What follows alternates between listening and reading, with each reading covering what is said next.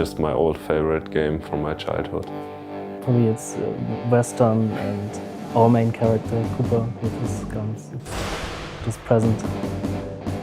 In the office, I think it's usually the meeting room because that's where we're sitting and we're discussing gameplay, and then ideas pop up, and that's where it usually happens. If I'm out of the office, it's very often in the shower because I don't know, ideas come in the shower, I guess.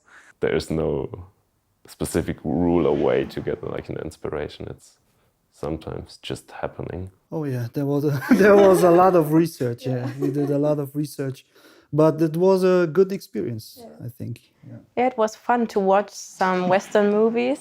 A lot of discussions about can we discussion. put that in the game? Yeah. No, that's not realistic. It was a lot about realism Yeah. in the game. Yes.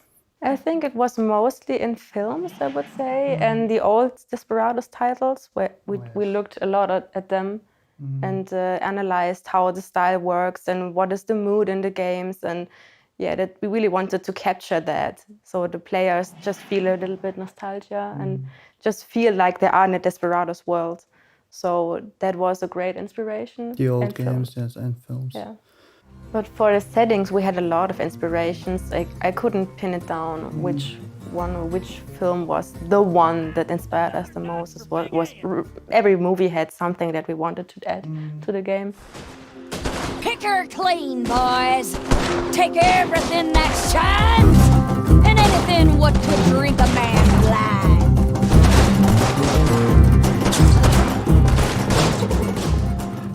blind. You should tell the stories that you know. And it's not that we were in the Wild West or anything, or I have no experience with cows or horses. I was on a horse once, but that's it.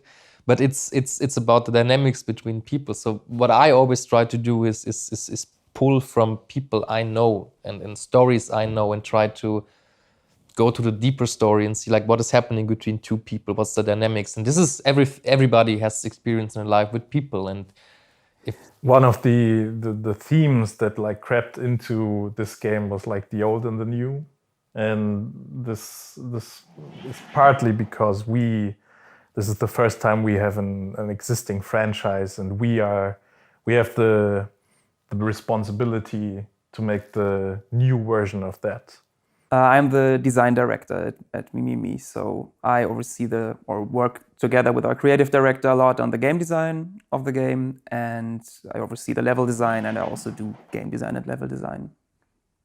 Because we're smaller, so everybody's like the directors are still actually working on the game and not only managing things.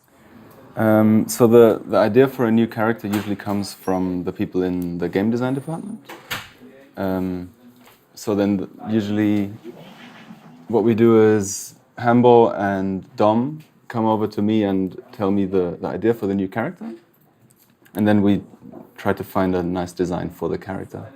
Favorite character, probably Kate, because she has so many different dresses and costumes, and they were just the most fun to design for me.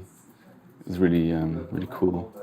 I love Kate for her skill set, because you can do so many things with her if you're an experienced player. And I actually designed a few different wedding dresses for Kate, which is really cool. It's not something that you do every day, designing wedding dresses. So that was fun. Hector, it was just such a delight to write. Hector for sure. He's funny. He's the heart somehow of the gang. And maybe Frank. I didn't like Doc in the beginning because I thought he was this cool black coat motherfucker, very lean back and And now I love him, and he adds so much humor by being himself. That's mainly Todd, right? Like the voice actor. Yes, the voice actor was amazing. He really brought the role to life. Isabel. Yeah, that's another I think Isabel is a great example for a character which we truly found after recording the voice, where we recorded the voice and went back to writing and rewrote a lot, I would say, especially her introduction, everything. So sometimes you're very straightforward, you know what you want to have. And with Isabel, we're searching very long and the voice actor didn't nail it. She invented. Yeah. She invented the character, basically. We found her in the studio. And then like, hey, yes, that's it. That's the way we want to go. And then we rewrote texts for a lot of texts for her. And in this first draft here, we can see that we definitely didn't want something that looked like a savage person from the swamp. And we would rather have something that looks a little bit more sophisticated. And then after just so many iterations, we landed on a design that we liked for Isabel, which looked like a person who comes from the city, but you can also see her voodoo aspects in her. So it's a very difficult mix, and it was very hard to find. And we played around so much with her clothing and with her face paint. And the last thing that happened is actually we made her very old. She used to be very young, sort of maybe mid-20s, and now she's a elderly lady, which makes her really cool, I think.